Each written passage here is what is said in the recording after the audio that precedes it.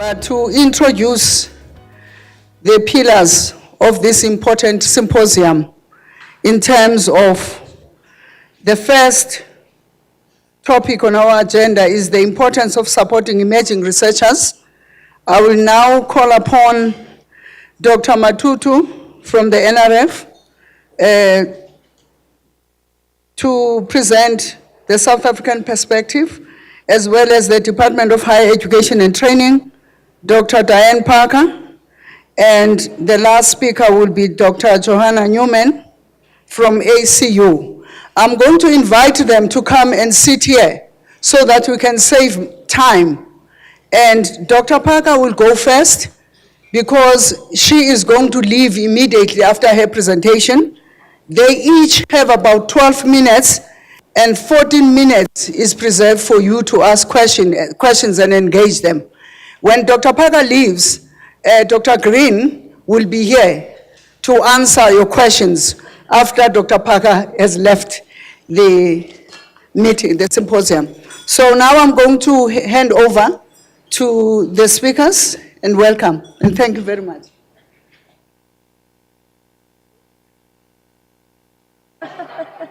Thank you very much, but we need the presentation up on the screen.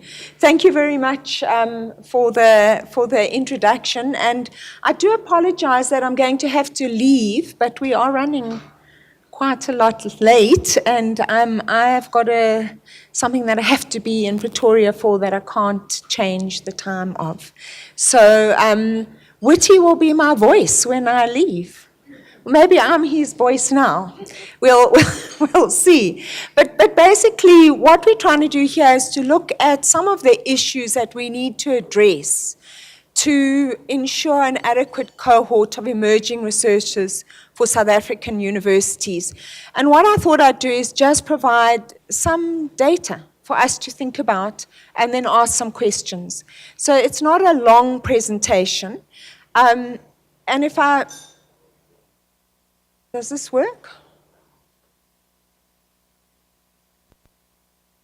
How does it work?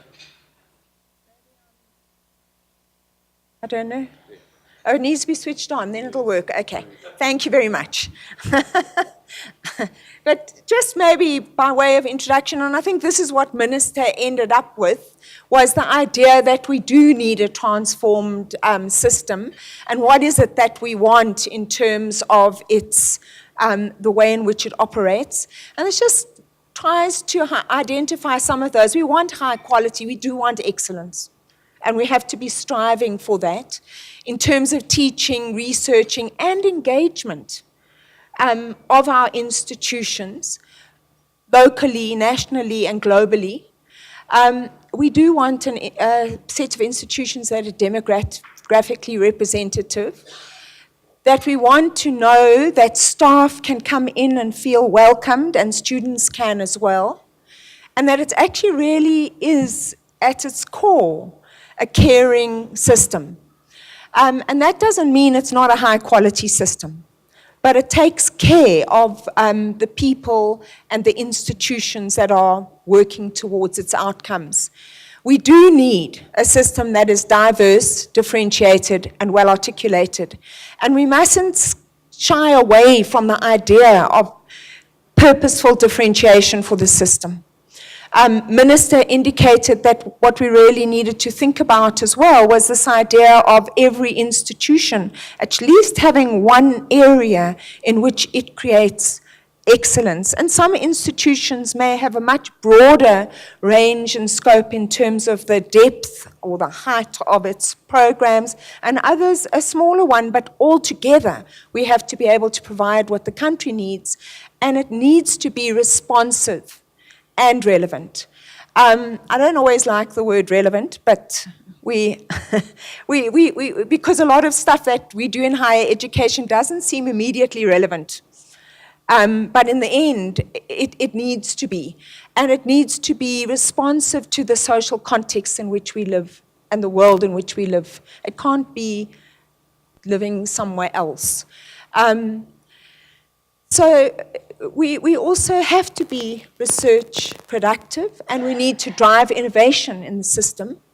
And really, one of our biggest core mandates is to work with young people and produce educated, critical, employable, and effective citizens for our country. So if we think about what we mean by transformation, that's more or less what we mean. It's not talking about a one-dimensional viewpoint. It's talking about this area. One of the things that we did have was a ministerial task team on the recruitment, retention, and progression of Black academics in South African universities.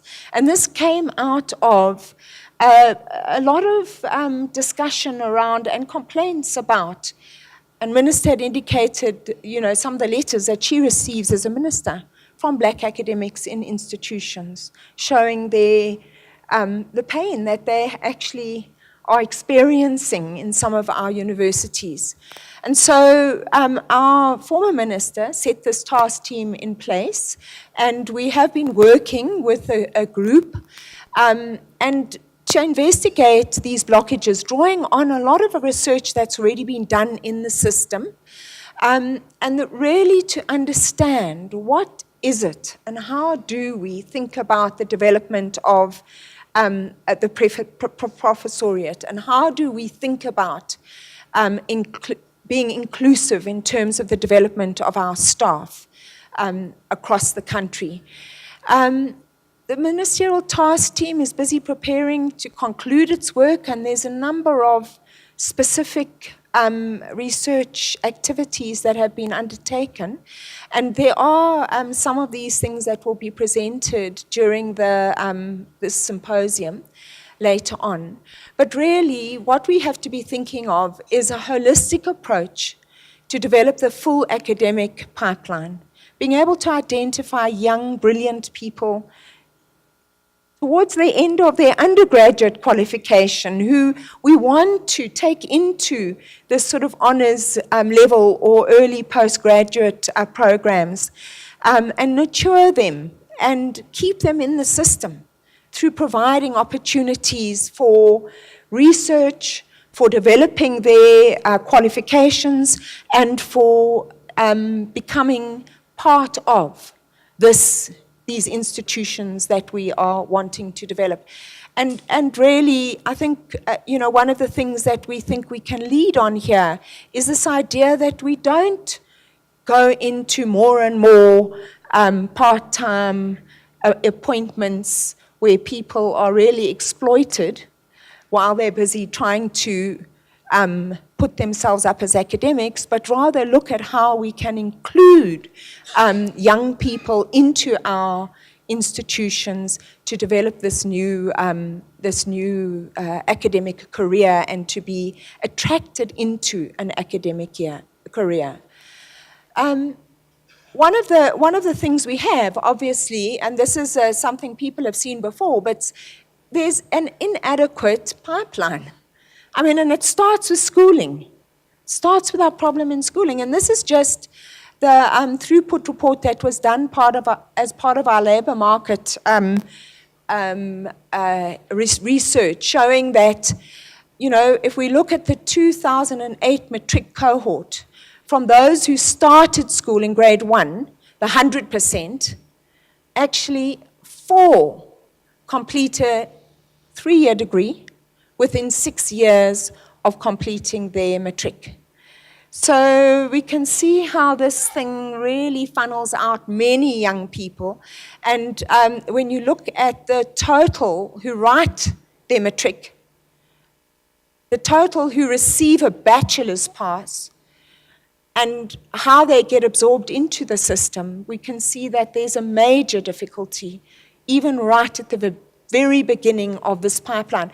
Those 4 who complete within 6 years of the 4%, those are some of the young people who we've got to then attract into the pipeline of becoming academics. But you can see that it's a small proportion, and they're also attracted into all kinds of other careers in the system. Just in terms of this, just gives a little bit of the statistics in terms of the 2016 HEMIS outputs in terms of masters and doctoral graduates. And really, it's just to show a pattern in terms of the pipeline. So we had 12,862 master's graduates in 2016 and just under 3,000 doctoral graduates. 2017, we've improved quite a lot. We're just over 3,000 doctoral graduates, so it's quite a big improvement. But look at the composition as well in terms of the overall demographics of these graduates. And also, I think it's very interesting to look at the demographic of international and South African doctoral and master's candidates.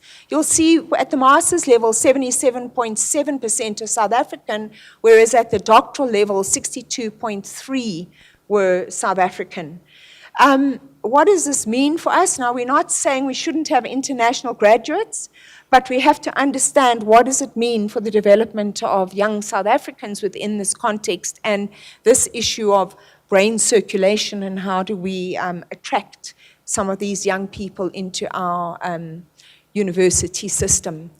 This just gives you a bit of a comparison between the university staff profile and the demographics of South Africa.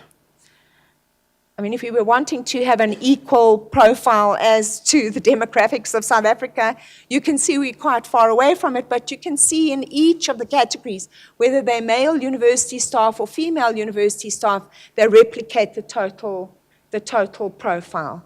Now, we know that university staff, it's not, we have to have properly qualified people into university staff, and we do need international staff as well because we need diversity. But we have to consider how do we change this profile more towards the demography of the country. And that this is also just indicating some of the patterns here. 46% of the staff held doctoral degrees in 2017. If we look in gender terms, 40.8% of female staff. So male staff are over there, but I think the issue here is that numbers don't quite make sense, Witty. But we need to just understand what is happening, but it's definitely, I think it's more like 59% of males. But I think the thing is the skewness towards males is still there, even though when we look at the overall enrollments in higher education, almost 59% are female. So we can look at that. We've got this issue of the distribution across the population group, and you can see there it's also skewed with the fewest proportion of staff with doctoral degrees being Black African staff and white staff having the highest proportion.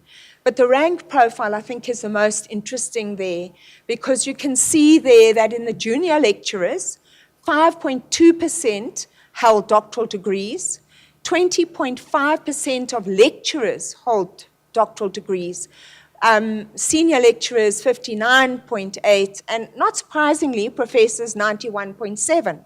But it does point to an area that we need to look at, and that's really specifically around identifying those junior lecturers and lecturers to nurture, to bring into the fold, to ensure that they become part of a proper system of mentoring and of providing the access to doing their doctoral studies. We can talk about postdoctoral studies as well, but let's also deal with this issue. Because if we want to get to that 75%, these are the cohorts we've got to be looking at. The senior lecturers, yes, there are 40% of them without doctorates, but many of those are people who haven't got an interest in doing a doctorate. So if they have one, fine, but if they haven't, let's rather focus on the others. So that's really where the gap is. That's really we've got to focus, and that's much of the research that has been done has also been about the so-called silent majority within that. If you look at the rank profile of academic staff, now what this just shows you, just look at the first set of bars there, the African staff. You can see most of them are on the junior lecturer side. Okay, as you go through, the colored and Indian staff are a little bit flatter. In white staff, most of them are on the senior side, professor, senior lecturer.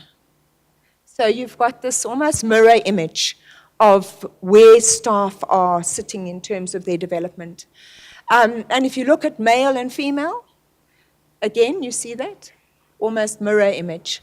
Males, they're on the senior side. Females, more on the junior side. So what does this mean? It can't really be about the ability of these staff. There are issues here that we have to unpack, that we really need to get to grips with in order to deal with the issues. So some of the observations, there are multiple barriers to research participation that have come out of the research that's been done, and I think Becky might talk more to this. I'm not going to go through all of these, but we've identified in the ministerial task team as well many of those barriers, and we need to try to now start thinking about how do we unlock, how do we unblock around those specific kinds of issues. And if you look, another observation, if we just look at the profile of research capacity development needs, that just shows our whole system of the 26 public universities, not just UJ and WITS. on the vertical axis, we've got the weighted research output per capita. On the horizontal axis, staff with doctorates. And you can see there's a definite correlation between them, but you can also see how certain of our institutions, particularly our historically black universities and our universities of technology, are at the lower quarter of the graph and are probably in need of support to firstly increase their doctoral staff, as well as putting together research programs that are effectively funded to support in these niche areas as we identify them in a differentiated system. But all of our institutions on this do require capacity development. It's not that we should be only focusing on some, but we have to look at the patterns to understand how we go forward. So what is it that we need? We need a coordinated, coherent, collaborative response. We need an integrated strategy, one that brings together the Department of Higher Education and Training, Science and Technology, the NRF, and multiple partners to deal with the issues.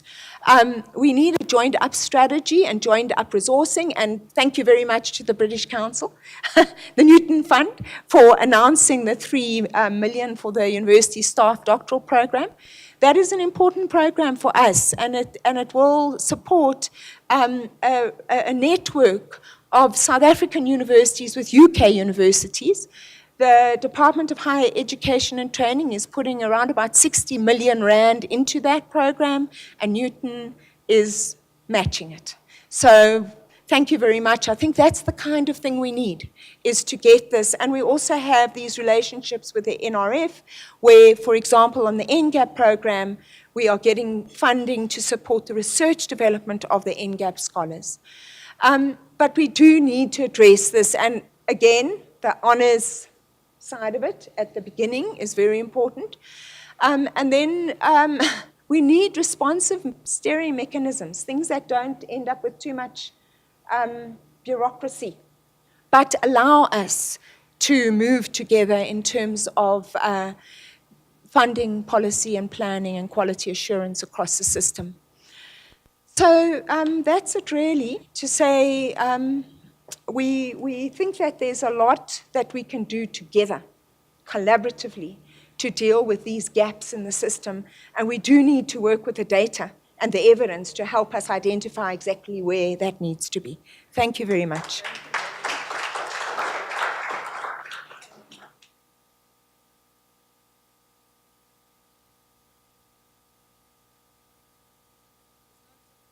We will not ask questions now. We'll ask questions at the end of this session. We are so much under pressure with time, but we're going to try. Now is Dr.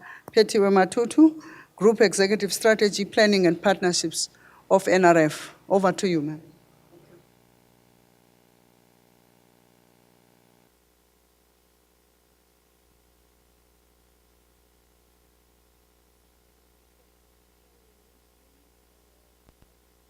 Apologies for Dr. Mlapo Qobela, our CEO at the National Research Foundation. Unfortunately, he has some commitment within the NRF. Oh, okay. With me, I've got two colleagues, Dr.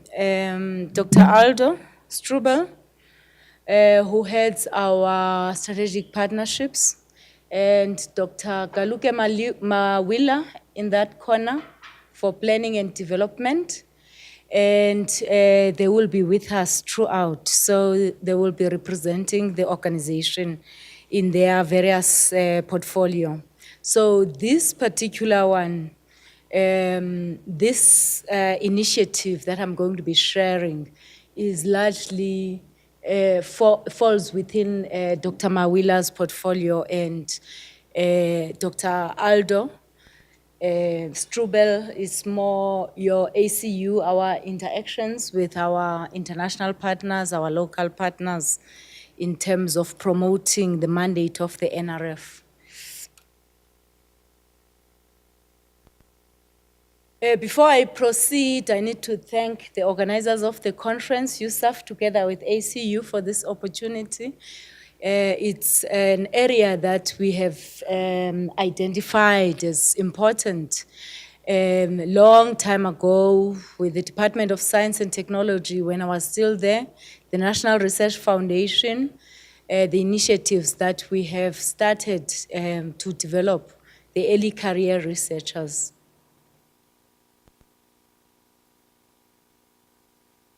This presentation is just making a case for an initiative that the NRF would like to make on the early career researchers. We will be talking about the context within the NRF on which we are developing this, our NRF transformation framework. The challenges related to the work of early career researchers and getting them accelerated to higher levels. The current interventions we have in the system, what the NRF would like to put forward regarding this initiative, and a study that it has conducted to support the initiative, the principles of the proposed intervention and the criteria for admission, and the final proposal. So this is happening within the context of the NRF transformation framework, which promotes equity, which has 4 pillars or 4 priority areas, transforming the equity profiles of postgraduate students and researchers, transforming the knowledge enterprise, transforming the nature of science and society, and building a fully diverse, inclusive learning organization. When Adam was here talking about UJ's capacity to close the class gap, so when we're talking about the transforming the knowledge enterprise and science and society, we're expecting that kind of transformative production of knowledge, which is going to change people's lives somehow. So the framework that we have within the NRF is looking at all those elements.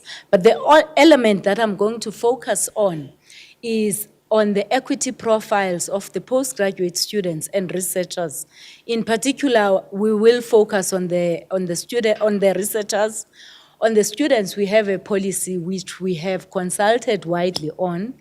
We are busy with the implementation plan of that policy. And on the issues that the minister was mentioning here, that we don't quite support the postgraduate students at honors level. We do, but we are focusing on those honors qualifications which are going to be leading towards research. So your postgraduate diplomas, your certificates and so on, they get excluded, and even in this policy, because we're focused largely on the research element. What have I done now? Okay. The challenges which early career researchers experience and the system experiences is that we do have a problem with the profile of the staff, academic staff, which is not changing as quickly as the profile of the students. And also we have a problem with our leading international researchers, which are not representative of the demographics of South Africa, and also they are aging. Whether we look at them through a lens of the Research Chairs Initiative, A-rated researchers, researchers with high impact and high levels of productivity who are not rated, who are not part of the NRF, generally we do have a problem with representation. And exactly what the minister was saying, the average time taken for early career researchers to achieve the high level status of being internationally leading international researchers. So when we look at the interventions that we do have interventions in place. They are just not interconnected, as it was just said here, that we do need something which would have some kind of interconnectedness from the funders to the people who are hosting the researchers, to enable early career researchers to be leading international researchers. There's a little bit of a difference between what we were talking about previously here, is that we're focusing largely on research here, more than the teaching and learning. Not that we're against anything about promoting teaching and learning. However, we are just talking about the research element here. And on a broader issue, as Becky will be presenting in the afternoon, the younger researchers have a much more complex challenge to surmount than those who are established. The fiscal constraints, the uncertainty in terms of their positions, being temporary staff, and sometimes doing multiple postdocs, the limited academic labor market, highly variable access to resources, the mentoring that they receive, and the systems within their institutions which are supposed to support as researchers. It looks like we have just moved on here. So these are the realities, and there has been a study when I was still at DST. We commissioned this together with USAF, and this is what it has come out with. The last bullet there, those are not things that we are imagining. Their workload, their teaching load is far higher than those of your established researchers. These are some of the interventions that we have in place, and they are not going to be changed any soon. They are there. The Tutuka grant for academics and researchers, that's for the early career researcher, PhD track, post-PhD track, the research support for the next generation of academics. professional development programs. So these are the existing programs that we have. And on the NRF, FRF sabbatical for First Rand Foundation, sabbatical for Black academics. Can you please pay attention on that program? We are funded by First Rand Foundation. We sometimes battle to fill the spaces for the development of Black academics in the South African context. There's nothing which is frustrating as looking for partners. You find them, you've got the money, you don't have the candidates to get into this. We're targeting specifically the rural universities, previously disadvantaged universities. Those are our priorities. So you find out that we end up with the largest numbers coming from UCT, Universities of Technologies. They are coming on board, but please pay attention to that program. We would like to fill it.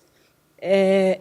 Sizwe Nxasana doesn't take kindly to us returning money on that program.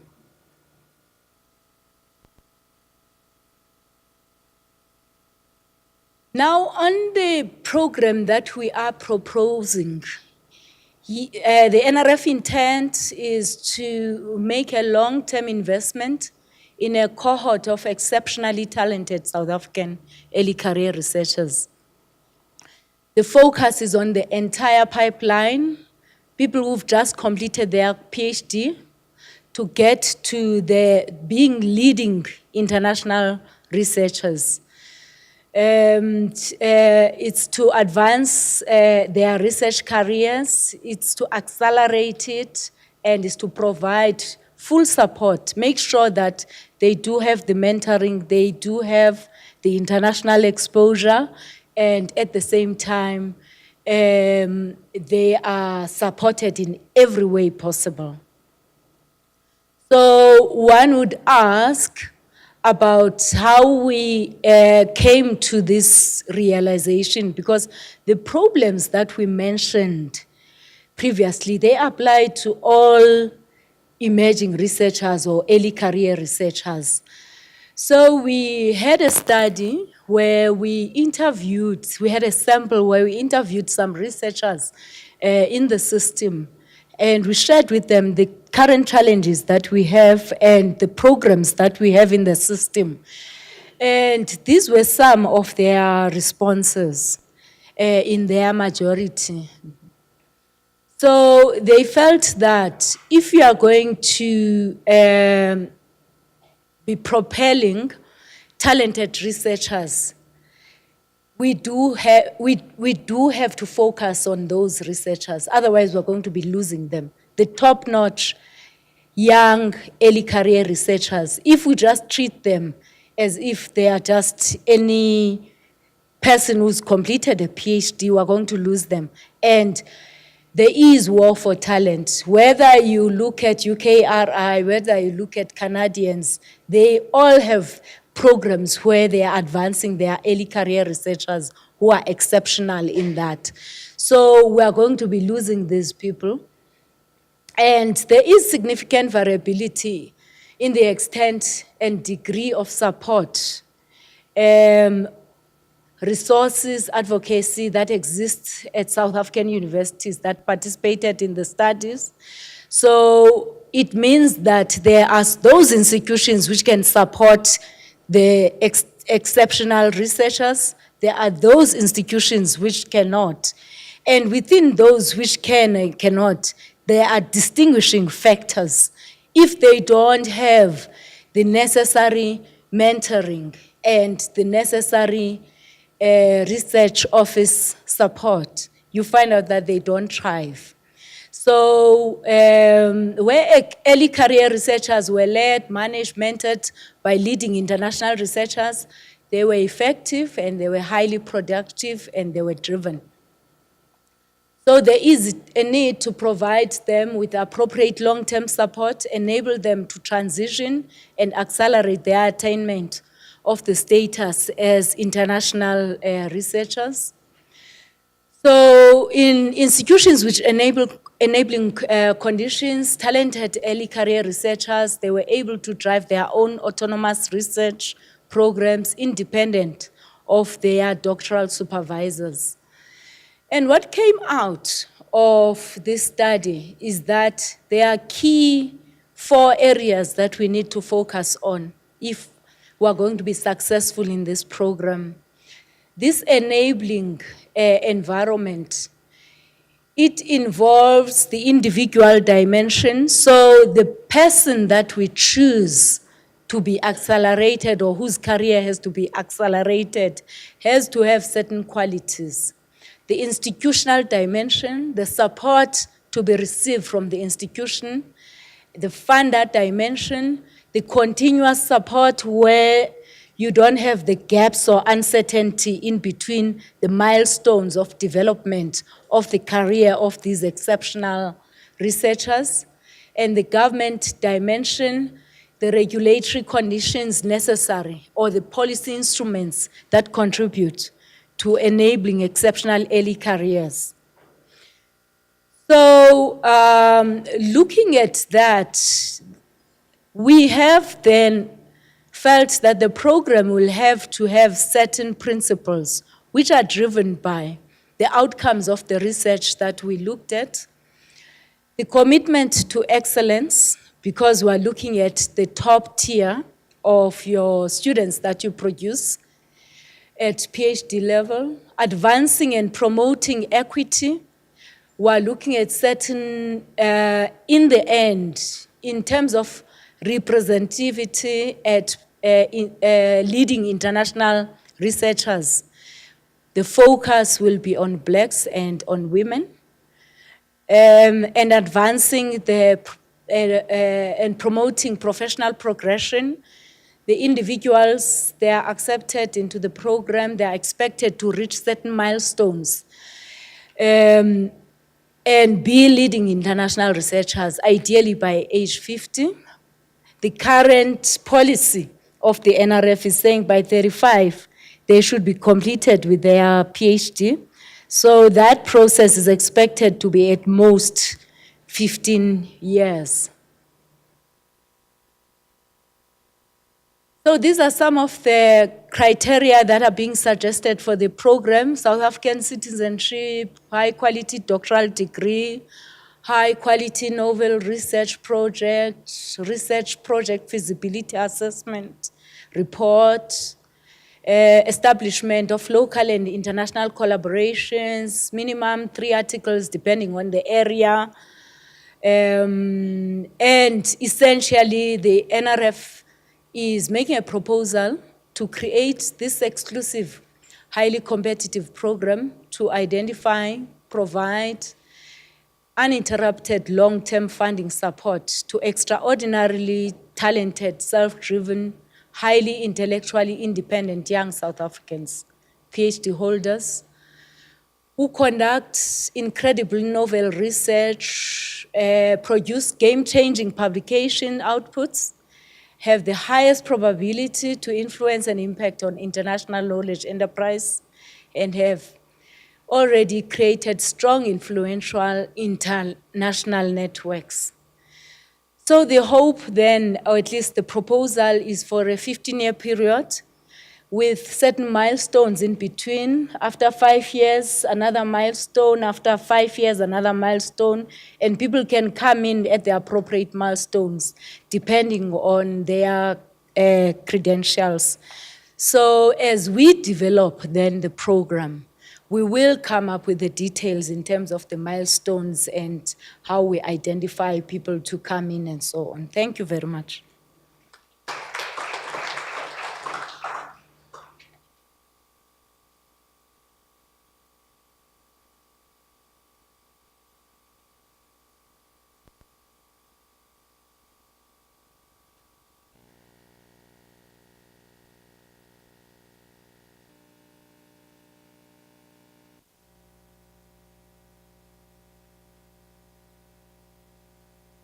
While I'm waiting for the slides to load, what's been really interesting about the Minister's presentation, about the last two presentations, including Di's, was the national context.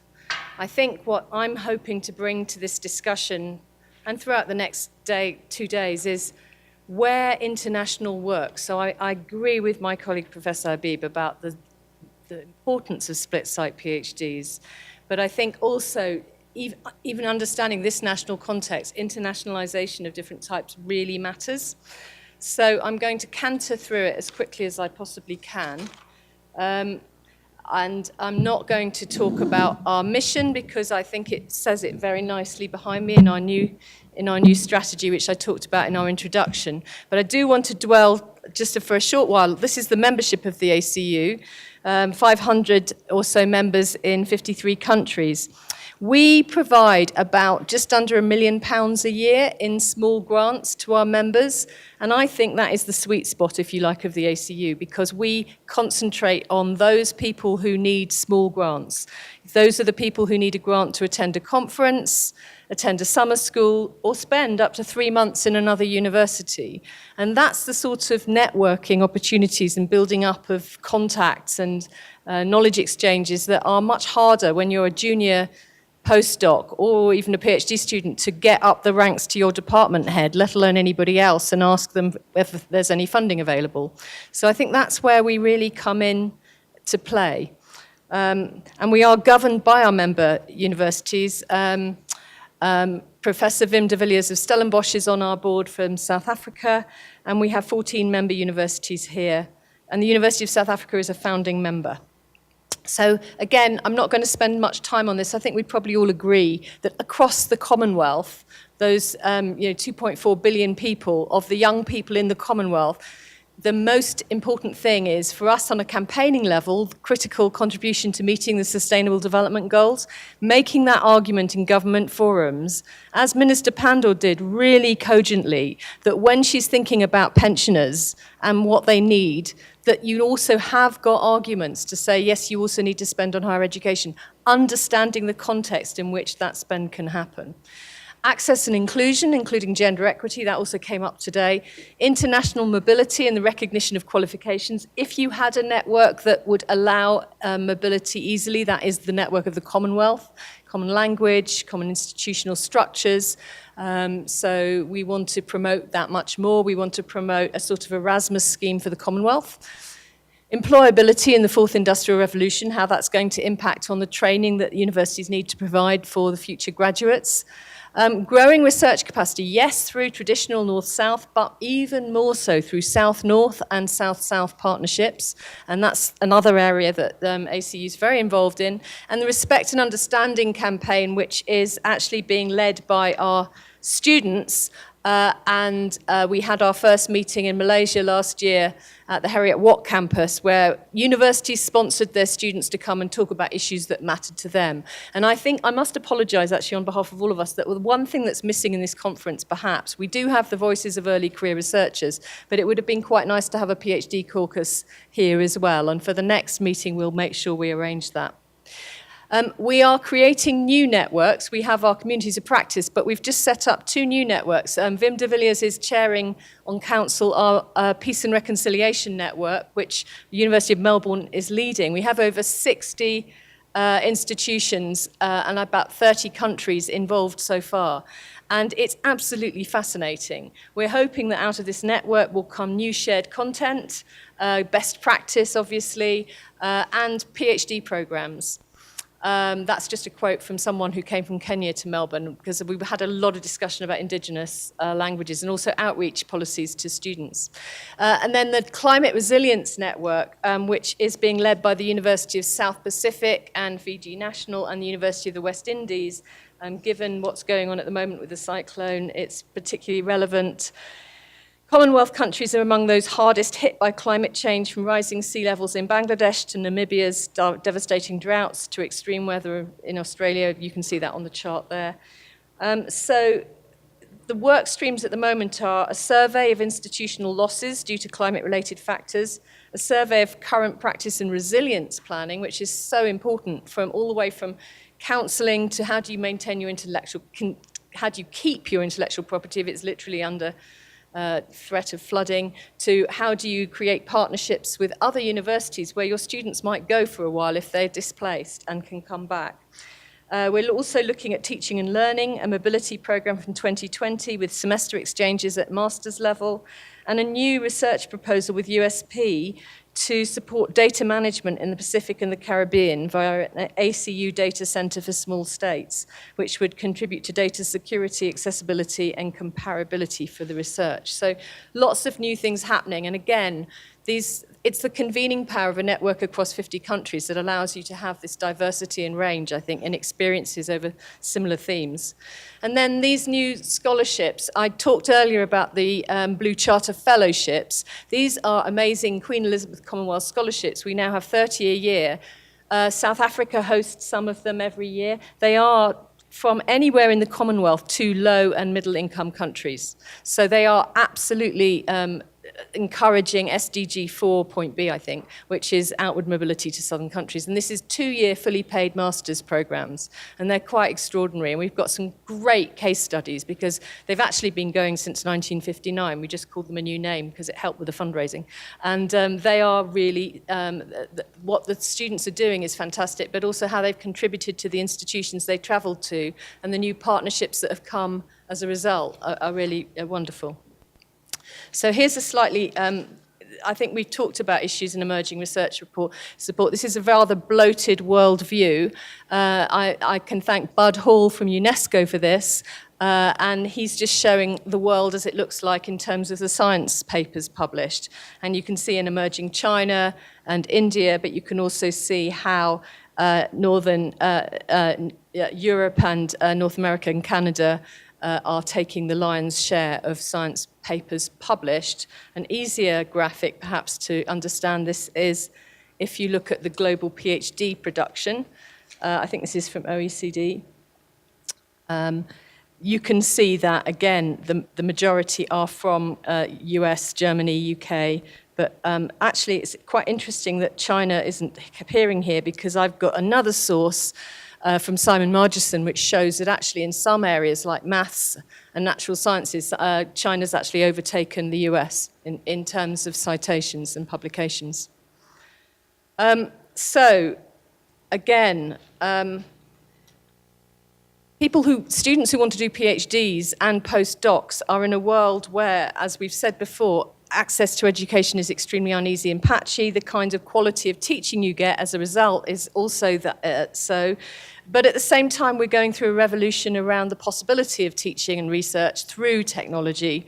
There are new disruptive technologies that are helping on the high end of research, but are also helping reach people who wouldn't be able to access education in other ways. There's lots of challenge around pedagogies, and there is no real agreement yet, I think, on which is better or which is the best way to reach out most. I think we all agree, though, that blended at the moment is the best possible outcome, particularly if it involves an aspect of training the trainers.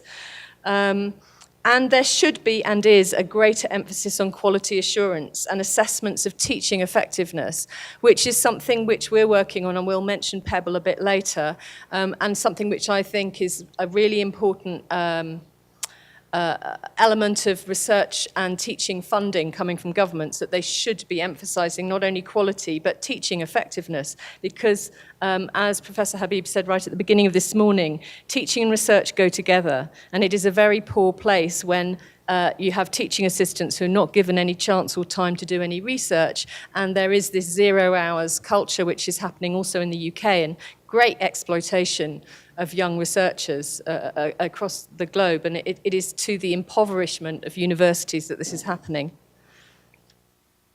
This slide goes to show you more about the imbalance in supply and demand. You can see that in Kenya, for example, in 2003, 6 public universities today, probably even more, 31 public universities in 2015, but that 50% of academics teach in more than one, because although the student numbers are growing and the demand is growing, the numbers of lecturers and faculty able to teach and supervise has not grown, has not caught up. And I witnessed this actually in a Wilton Park seminar in Pretoria last year, where we talked about, in one university in Nigeria, 300 students to one lecturer. So there are huge issues, I think, around this.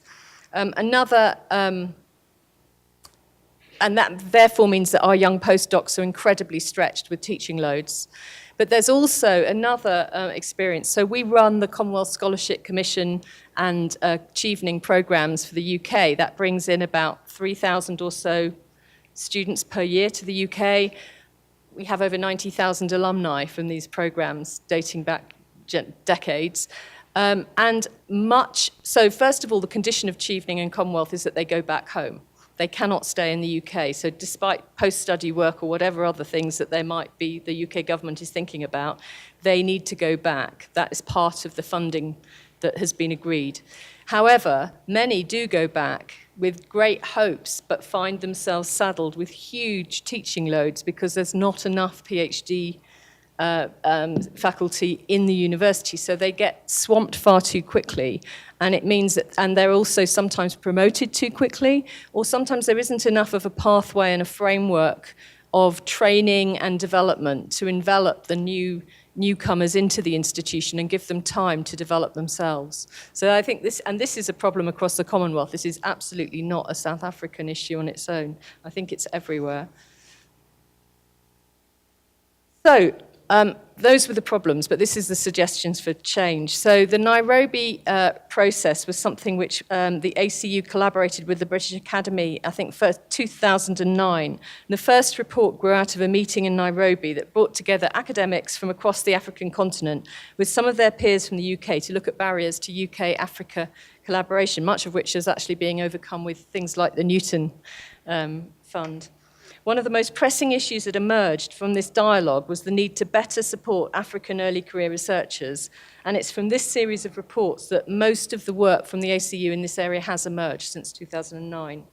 The second report in 2011 delved much deeper into the issue and identified a range of recommendations which have informed some of the projects run again by the ACU and which will be examined in much more detail this afternoon, circa DRISA STARS, which are collaborations mainly funded by DHET. One of my objectives over the next few years is to persuade DFAT in Australia and their equivalent in Canada to work with the UK and South African governments on some of these programs. So they're really multilateral rather than bilateral.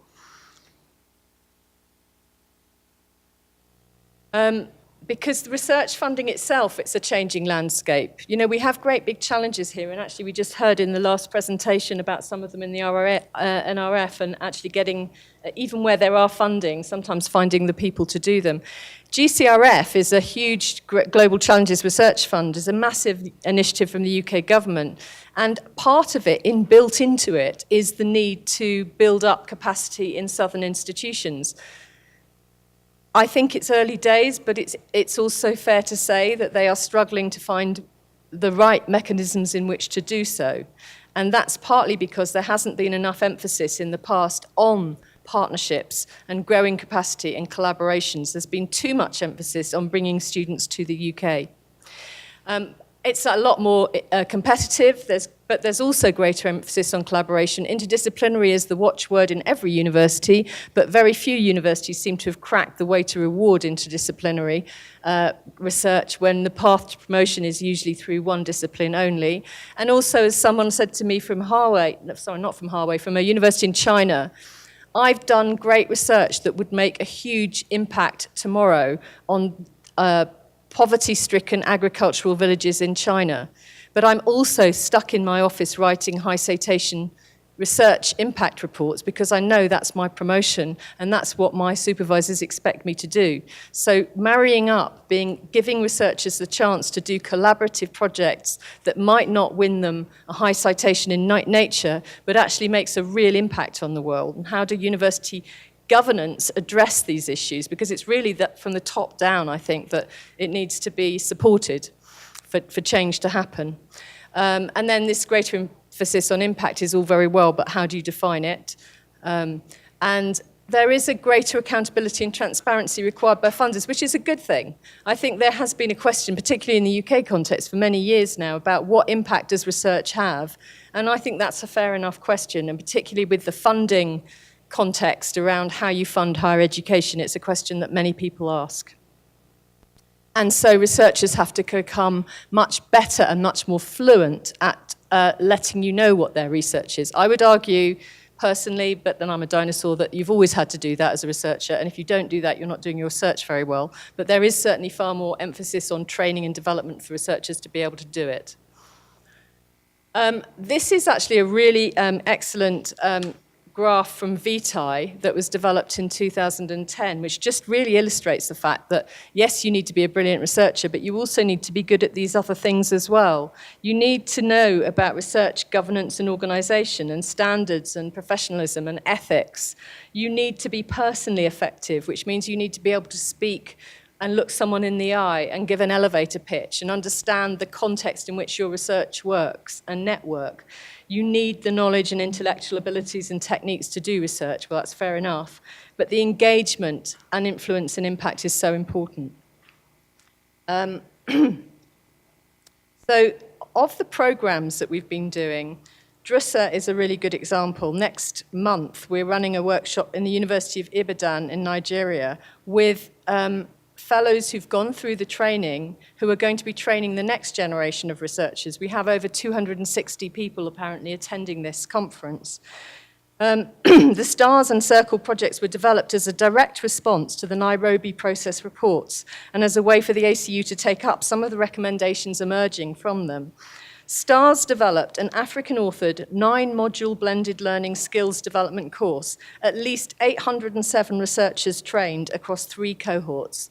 The University of Cape Town was a partner in that. Circle provided 100 inter-African supervised research fellowships, including 60 postdocs, alongside a program to strengthen institutional capacity to support early career academics, and UNISA, UCT, and Fort Hare were involved in that. DHET worked with 22 universities from 12 African countries to develop policies and structures to connect research with those who can use it. And Stellenbosch was a partner, Limpopo, UFS, Fort Hare again was involved. And then developing the next generation of researchers is this workshop we're doing. I think many of you here have been involved at some point over the years in some of these projects. And one of the outcomes I would like from these 2 days is a consideration about what has worked really well in these programs, what hasn't, and what we could go back to funders like NRF, but also the UK government and other governments to say, okay, so given the national contexts across the Commonwealth, what are the areas where we could actually intervene effectively with a new program of funding?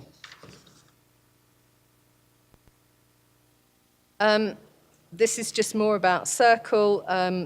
The Circle project worked with 31 institutions from 9 African countries, but as recently as 2015, very few of those institutions had much provision at all to support the professional development of their academic staff. So again, they're going back in, but they're not getting enough training and support. I just want to end by focusing a little bit on some new ideas. So this is more around the teaching and quality.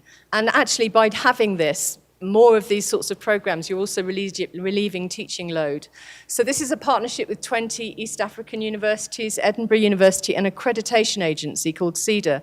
It's creating undergraduate, really excellent content that can be shared between institutions with a Training the Trainers program for delivery of these programs. That is immediately going to build capacity. We're only in year 2 of a 5-year funded program, but already I can see huge opportunities for a program like Pebble to be replicated in different areas across the Commonwealth. Doctoral training schools, they are partly funded through GCRF. This one is one that the ACU is now partnering with King's College and Imperial on safe and trusted artificial intelligence. Our role in this program will be to bring the doctoral training students to Commonwealth countries that they came from. Our role is to ensure that the institutions these postdocs and doctoral students come from are also hosting those students in that cohort back in their own institutions, so it becomes more of a partnership and a brain circulation rather than a brain drain. These have all just been announced and have just started. Conversely, we are in a rather awkward situation with Brexit at the moment. There also seems to be some funding around for new research initiatives.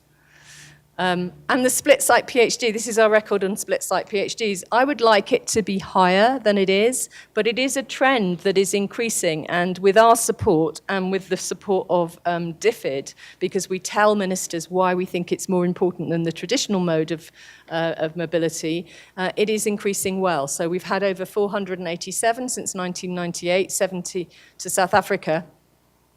And I think what the bullet that isn't there is the fact that it also creates lasting connections between the institutions, and hopefully more postdocs follow on from that. It is an area that I want to do more work on in terms of demonstrating the impact of these split-site PhDs, because I think it is a really important policy direction. This is the last but one slide. This was something the Times Higher did for us last year when we went to the Commonwealth Education Ministers' Conference in Fiji. And it's really interesting to see that South Africa is a leading collaborator in the Commonwealth, as you can see that in the graphs above, with the UK-South Africa collaboration being the 6th largest. But what's also there, I think, is the 4 Commonwealth countries in the top 10 for collaboration with South Africa. But what another slide, which I apologise is not in here, but we'll put it into the slide deck and distribute, is the fact that Commonwealth collaborations came highest in terms of international citations, more than with North America or Germany. And I think part of the explanation of that is the long and enduring links between Commonwealth institutions. So the message there, folks, is it's worth collaborating across the Commonwealth, and we would be very happy to help facilitate that. Because actually, I think that's where the ACU comes in. It's in that early career researchers point where any of your researchers, postdocs, or PhD students can take up opportunities to spend time in other countries doing research which they can bring back to their own institution. So to close, I would say that we welcome all the comments made earlier, actually, in the national context. But I think I would make a plea for international collaboration as being an essential part of researcher development, to support teaching and learning in a cohesive way, enrich PhD training accordingly and appropriately to ensure that PhD students are supported and postdocs are too, increase the split-site provision of PhDs, and assist universities. That VTI framework is one, and I think the Minister spoke earlier about there being lots of different guidelines around supervisors, where there might well be an opportunity to create guidelines around early career researcher development and a kind of researcher concordat around that if it's not already there with USAF. And promoting networking and international mobility. And also, I mentioned earlier, we have 90,000 alumni from all of our schemes. I received a scholarship to the University of Southampton. I don't know anyone who's ever received a scholarship who doesn't remain in some sense grateful for the rest of their life, for the opportunities and the transformation it gave them. These people are usually, 5 years post award, 10 years post-award, influential people in their countries, and they are all willing to give back. And I think being able to bring mentors in to universities to mentor young postgrads is an essential tool, I think, also in helping the development of this essential cohort in university life cycle. Thank you very much. Thank you. Yes, that brings us to the end of this session, and I'm looking at the time. And I'm looking at the next session, and I would just like to propose that we take one or just 2 questions so that we can move to the next session. But before that, may we take time also to appreciate and give a round of applause to our presenters for giving us such information on the support that is provided for emerging researchers. I'm going to take the hands now. It looks like I will end just at this table. 1, 2, 3. Thank you very much. You can go ahead. Dr. Green, would you mind coming up, please? Okay, thank you very much. This is Tandim Gwebi from TUT. I have 2 questions, really, particularly from our national context. Thank you very much for the lovely presentations. One of the things that I've been thinking about is Diane was speaking and Phethiwe was talking, there's an emphasis on impact, on responsiveness, on industry partnerships. But I'm wondering from the two, DHET and the NRF perhaps, is there any measure of industry partnerships that you can look at? I know we get analysis that are focusing on research outputs, research publications coming from universities, but is there coordinated effort to look at the impact and the outputs that are coming out, and in fact the partnerships, measuring the partnerships that are coming out of industry? Because I know all universities have got certain strong partnerships with industry that are producing different sets of results, but contributing to the research outputs in one way. But our emphasis when we're talking about impact, about responsiveness, and we seem to only be looking at industry only for money, but not measuring the impact that's coming out of industry. So my concern is that industry partnerships are largely unmeasured, and in that, but at the same time, we're looking at responsiveness and impact. I'm Aldous Strubel from the National Research Foundation. I have another comment, but not to jump for Phethiwe's response. There is no current insightful metric for measuring the so-called higher education industry collaboration. There's a fascinating study of 2016 by the World Bank that, excluding South Africa, has shown a number of metrics and really tangible measures of what you can see of what the so-called impact means. But a step back, there's a greater expectation now from the funding environment, and we're discussing this very directly in a body called the Global Research Council, which is technically all the NRFs of the world, is that there's an expectation from society to speak about impact and what that means. And I think we should be direct about what that means or will imply from the work that universities do, not just from what the funders must measure. And my comment only on this session, and thank you for the insightful inputs, is that I think there's greater innovation necessary in how we partner and with whom. I think even with all the lessons that have been learned and the studies that have been done, we have a very usual or traditional way of partnering. So university to university, partnering with other institutions purely for the funding. But, and I must highlight what Anissa has said previously, this notion of co-creation, co-development, and co-responsibility at the end in the broad framework of partnerships is becoming really critical. And to be very frank, there's a great expectation from universities to play a much bigger role in these so-called funding partnerships, and not just always as the recipient of the so-called funding schemes that the funders usually speak to each other about. So I guess my final point is an ecosystem of insightful partnerships is what will escalate the joint investments that all of us are looking for. Thank you very much. My name is Andre Strydom. I'm attached to the Faculty of Science here at UJ, and my thanks also to the speakers for some very thought-provoking presentations. I have two comments to Dr. Matutu and a question also for Dr. Matutu.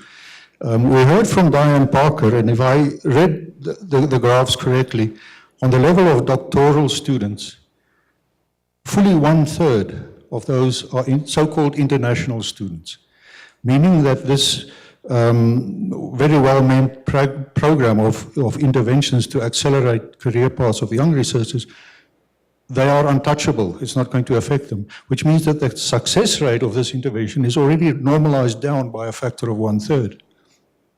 That's the first point. The second point is, I would like to suggest that very careful thought be given in terms of what Honourable Minister said, that money is limited. And what I'm trying to say is not to bleed too much money away from established researchers in order to fund the interventions, because especially in Faculty of Science, in the experimental sciences, we find that this aspect of mentorship is critical is critical to fast-track young researchers into academia, into becoming established researchers. My comment, Dr. Matutu, is this, or my question rather, what can we expect is the time scale for implementing the various aspects that you mentioned of the intervention to accelerate black and women researchers? Thank you. Just to allow one more comment or question. Thank you. Thank you, ma'am. Good morning. My name's Rob Drennan from Wits University. Thank you also for the presentations.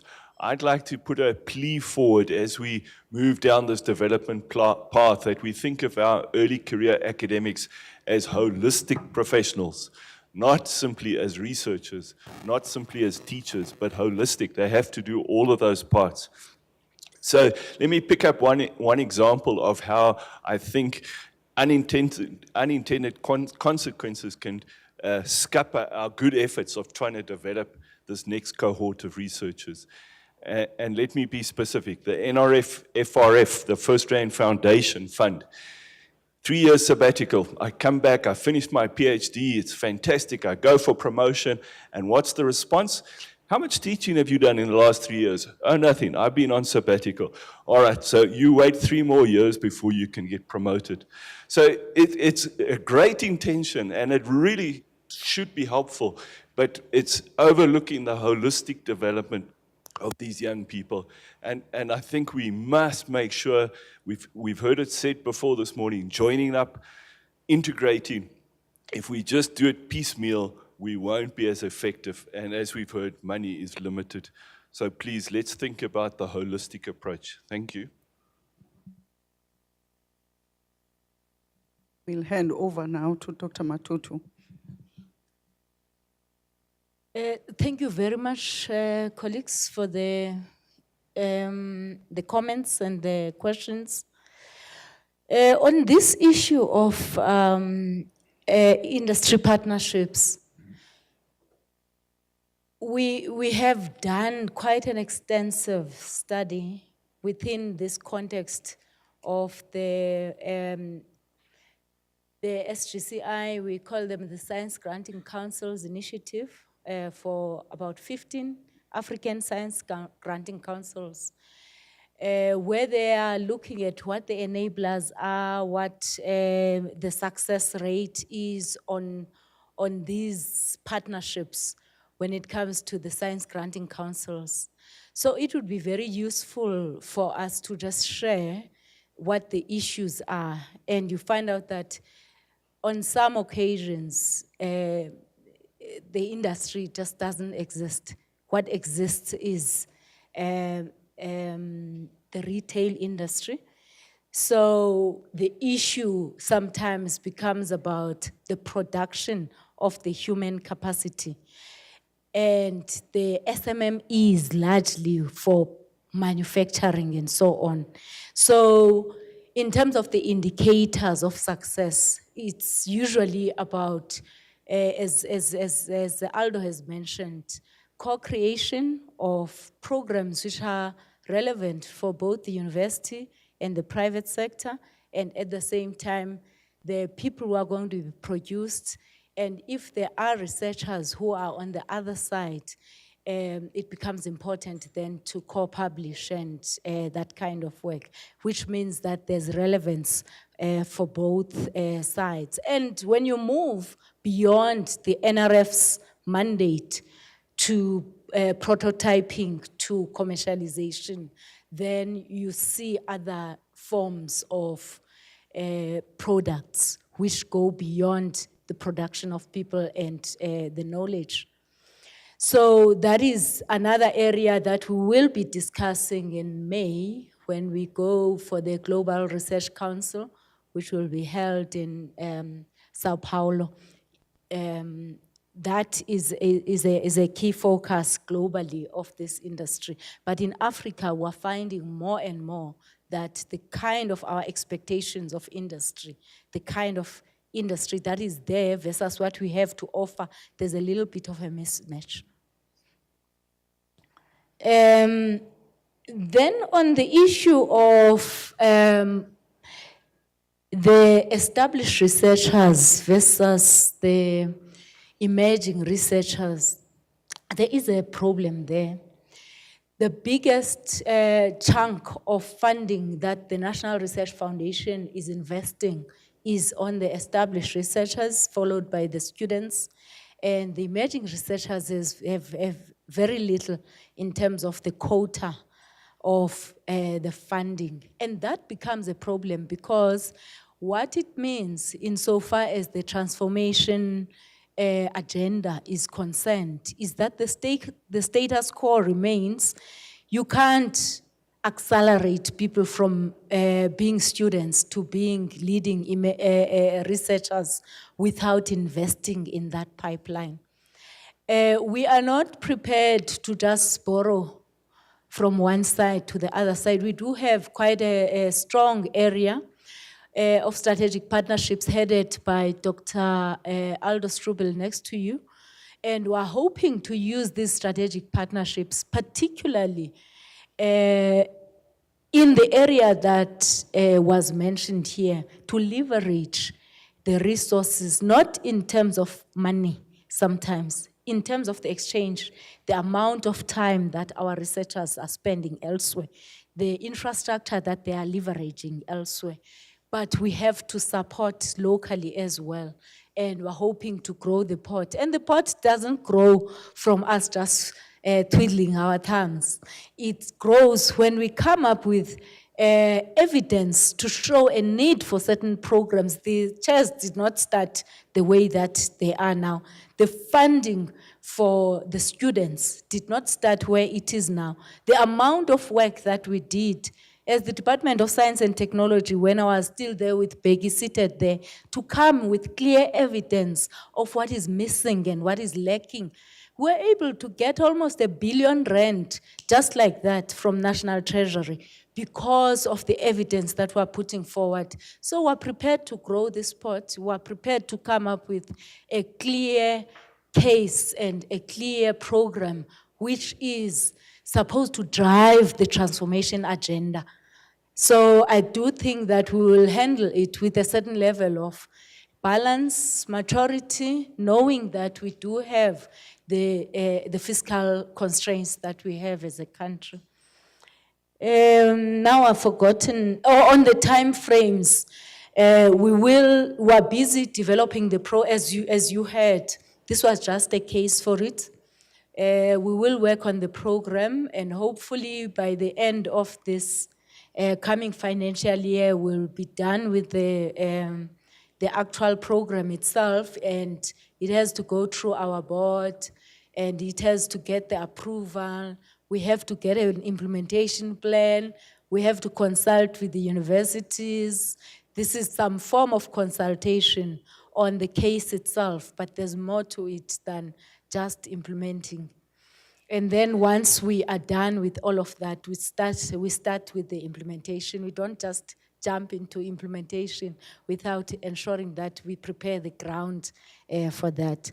Now I've forgotten what Aldo said. I don't think it was a question. Thank you very much. Colleagues, you have now 5 minutes short break.